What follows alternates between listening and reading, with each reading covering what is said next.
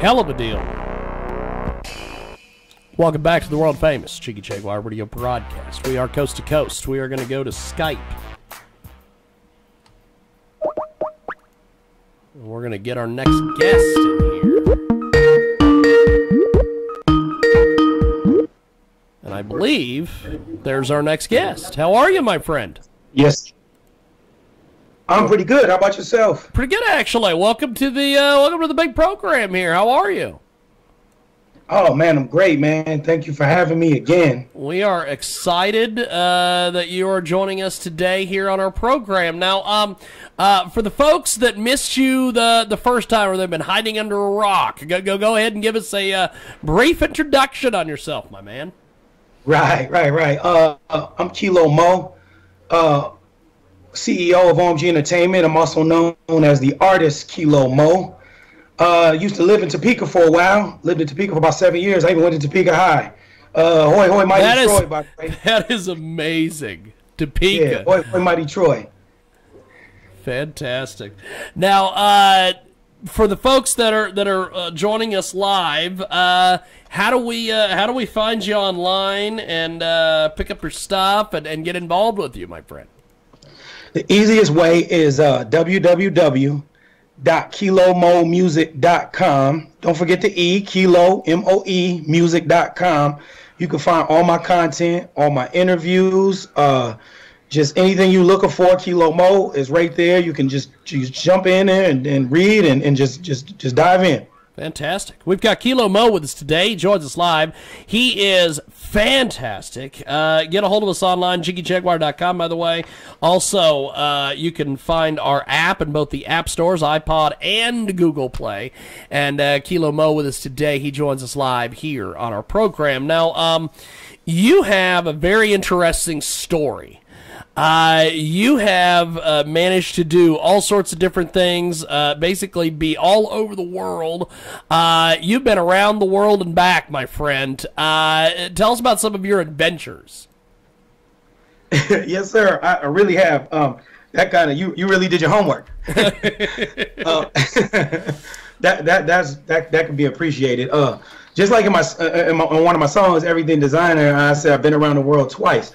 And I really have. I was a military kid. That's how I ended up in Topeka, because I was born in New Jersey. This is the hard part. Everybody's always like, where you from? Where you from? But I've never lived in one place longer than 6 years.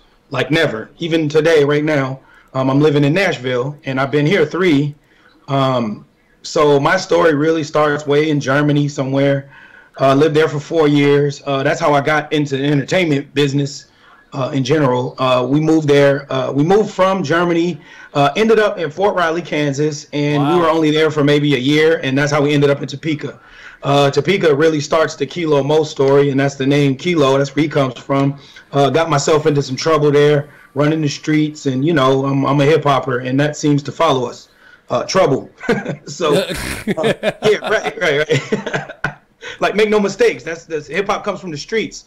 And so that's an element of it, and I got myself in trouble. That's where my name Kilo comes from. So wound up in a federal prison. Got out in Baltimore. Got back to the music grind. Stayed in Baltimore for 5 years. Got into bodybuilding. Moved down to South Florida. South Florida was really good to me. I was an NPC bodybuilder down there. Did really well. Won some titles. And then, and that's where we are today.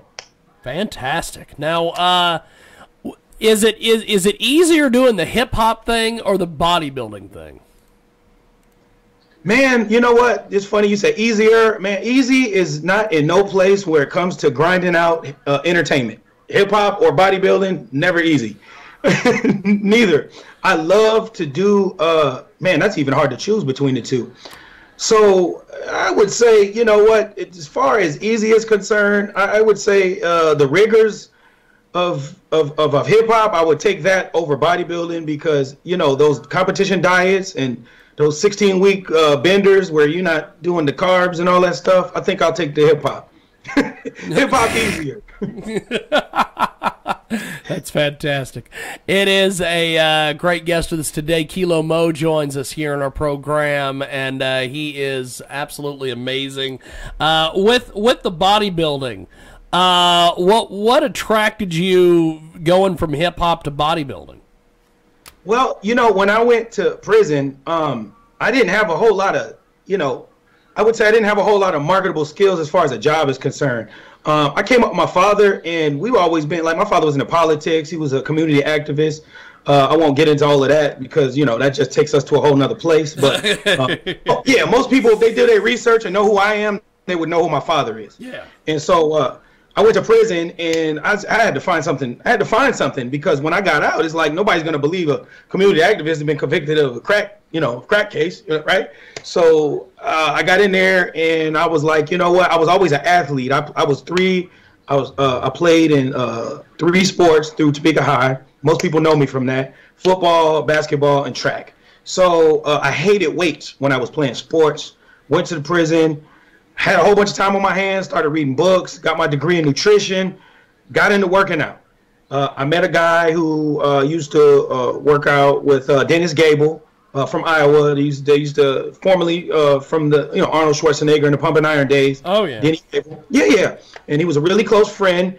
And so he got, he was like, yo, you got the genetics to do this. I don't know why you're not, getting serious. I started buying the magazines. I got bit by the bug, as we call it in the fitness industry. You get hit with the fitness bug.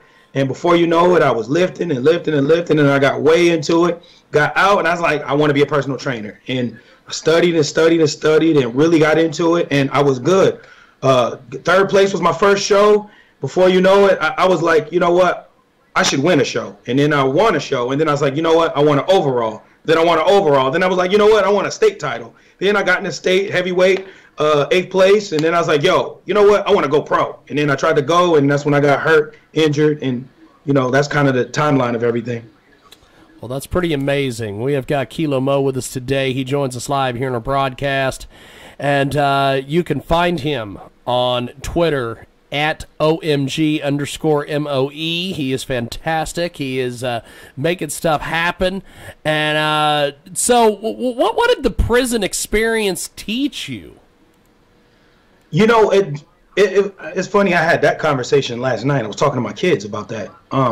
It taught me how to be alone and how to enjoy me alone. That's the main thing I learned from that experience, is when you're taken away from all of the things that were influencing you and all of the things that you had influence upon, I learned how to be alone, and I learned to enjoy being alone. And through that being alone, I learned stuff like bodybuilding, and I learned how to study. And I actually had hated school all the way through life. I went to Washburn for a little while. I hated school. I just hated studying. I hated it. I learned how to enjoy that. And so with that, I learned how to enjoy the things that I never even actually took the time for. I learned how to appreciate time. I learned, the importance of what time is. I learned how to love, love myself. Those are just the big lessons, and when you take the time, when you're in there, to reflect on why you're in there. You know what I mean? Everybody don't do it. Everybody don't do it. We have got just an amazing artist with us today, Kilo M.O.E. with us today, and he joins us live here on our broadcast. Now, being down there in the Nashville area, this is the strangest thing. We went, I was originally going to be kind of forced into moving to the Tennessee area last year, and we were going to be going to a God, where the hell was that? It wasn't anywhere cool like Memphis or Nashville or anything like this. Right. That's it though. There's nothing else cool here. There's nothing else going on down there, baby. Ain't nothing else cool here. We were going to be going to this place called Dyersburg, Tennessee. I know where that is. Which the one thing about it is, I don't know if you've ever been to Hutchinson, Kansas. I've been to Hutchinson. Hutch and Dyersburg are the exact same city, just 10 hours in a different direction. Yep. At least from what I can tell. Kansas, Tennessee, the same thing. The only difference is the mountains, man. Mountains. That's the only thing. The hills in Kansas, mountains here. And I'll tell you, we got down there to this Dyersburg, and I'm like, their entire downtown is shuttered. And I tell people this, and they're like, oh, like a couple stores? No, literally. It's shuttered. There's like 2 stores open. And Just what is the draw in Tennessee? Why do people go there, or how do they go there and they can't get the hell out? It's a lot of pretty. It's a lot of pretty land, lot of space. And that's the thing. The draw is the country. The country is beautiful country here, and that's one of the main thing. And some some of the places and some of the people are really nice people. But it's always that sinister down south nice. You never know really what's going on. You know what I mean? You don't know what's behind the sinister smile, and you don't know what's behind the sinister bless your heart. But the draw in Nashville really is the music scene, and that's why they call it Music City. And that's why I moved here, because the PROs are here. And the PRO, for those I don't know, the PROs are the licensing organizations for music, if you will, for lack of a better term. Yes. Right. And I'm here to do business because I own a record label, and it's just far easier for me to do business here. If I get run into a situation, I can just skip and run on down 7 miles and talk to them. But outside of this, though, and I'm saying literally outside of it, you can drive 5 miles, and before you know it, it looks like you don't know where you are. And it looks like you're going to get lost. It is the craziest deal, man. Yeah, looks like somebody's going to cook you in their pot. That's what it's amazing. Your mountains get real scary. You ain't kidding about that. It is a great guest with us today. He joins us live here in our broadcast. And Keelio M.O.E. is with us. And you can find him, KeelioMOEmusic.com. And he is also on Twitter, Instagram, all the social medias. What are one of the things that you've noticed being down there in Tennessee as far as the music industry compared to some of the other places you've lived with the music industry? How's the interactions different? The understanding here. It's not, if I'm like, hey, if I'm somewhere and somebody's like, hey, well, what do you do? And I'm like, well, I do music. I'm a producer. Oh, really? Let me see your stuff. Give me your card. Give me your internet. Give me whatever. Anywhere else you're somewhere, hey, I do music. Oh, yeah, that's cool. You trying to get your little music out, huh? Yes. I could have made $1 million yesterday, and if I'm somewhere like Kansas and been like, hey, man, I do music. Oh, that's cool. Bye. You ain't kidding about that. Right. I own a radio station. Oh, really? That's cute. Hey, I'll tell you, brother. It is. Right. It is definitely. It is a heck of a deal. I will have to say. And they call this Music City. Yes. And they call it Music City for a reason. Is because they're inviting. And even when you're way out in the country, they're like, well, what do you play? And I'm like, well, I do vocals. Oh, that's really cool. Well, what system are you using to mix your vocal? Like, that's the conversation here. Yes. People are excited. That's awesome. Yeah.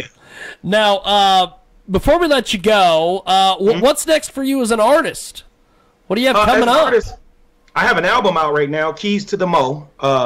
I just dropped it January 31st, which is doing really good. We're somewhere around 60,000 streams across platforms, Spotify, YouTube, and Pandora, and SoundCloud as we speak. About around 60,000. We're doing really well. So the whole goal now is to just go ahead and push this project on up to 100,000, try to reach a million mark by the end of the year, and then I'm going to try to hit the road around June. Hit some spots. I got some spots on target right now as we speak. We don't really have the business in order, but that's the goal, is to probably knock out right around the second quarter, mid-second quarter, 2 or 3 good shows, and just try to get the word out about Keys to the M.O.E. It's doing really well. So, that's kind of what we're trying to knock out right now as an artist, is really drive home and get these sales up so we can really go to the next space in getting these visuals, for Keys to the M.O.E. Fantastic. Well, I appreciate you making time for us today. This has been excellent, and it is amazing that you and I have so much crap in common. Of all the different people we run into, and all the different shenanigans. Next time we have you on, we have to talk about these artists out here in Kansas who really think they're doing things, but they ain't doing shit. Wait, started. We'll definitely have to. What can we start on? Next time we will We will cover that because that is, you know, and just as a side note here, a few years ago, and I share this story all the time on the show, and I've got to share this with you. Me and my digital marketing guy had a conversation with someone from Sony Records, and they were talking about all the marketing and branding and different things that we do. And at one point they said, is there anybody out in Kansas that does hip hop? We're both like, that's a joke, right? And they're like, no, we do research and we send our artists out there and they perform, and then when they come back and we're like, hey, did you open for anybody, you know, that we ought to be looking at, blah, blah, blah. Nobody ever gives us any names. And they're like, so is anybody in Kansas doing hip hop? And I'm like, oh. That was big. I'm glad I'm recording this. That was big. You just said that. I love that you just said that. I love that you just said that. But you know what? I would name names in here. Don't get me started. and we told them, we're like, you know, there are people doing stuff out here, and they're like, well, we haven't noticed it. And so whenever I talk to some of these guys, and you know who I'm talking about, all the big name guys here in Kansas, and they're always like, quote unquote big, quote unquote big. Yes, indeed. I always think it's funny where they're like, dog, I'm going international, and I'm like, you can't even show up on a Google search. Right. But I never even seen them on. I never seen them on the Jiggy show. Well, you understand? That too. I don't see him shit. I don't see him. I mean, like, that's what I'm saying. I don't even see him on the Jiggy show. I shared, and they're looking at me like, "Who was that? How did you get there?" I thought you was doing music. I thought you were a big deal. I thought you were a big star. That's what you're supposed to be. That's awesome. Well, why are you not there? That's great. Well, brother, I will talk to you soon. Keep in touch, and when we have you back, we are definitely going to have to chat about some of these alleged big artists. We have to do a whole thing on that. We'll have to do a whole hour. Yes, we're going to do a whole thing. I'm going to come hang out. We're going to talk some smack. Well, thank you, brother. Have yourself a wonderful day. We'll talk soon. Thank you, man. It's always a pleasure. Thank you for having me. Thank you for having me. Yes, definitely, bro. Have a good Sunday. There he goes. Keelio M.O.E. He is amazing. And we are going to take a break. And when we come back, oh boy, we're going to try to get a hold of the guy with the squirt watch. I want to see if we can get him in here. We met him in Vegas when we were out there for the Adult Video News Awards, and he is amazing. He's buddies with Stormy Daniels, so that means something. We got more coming up.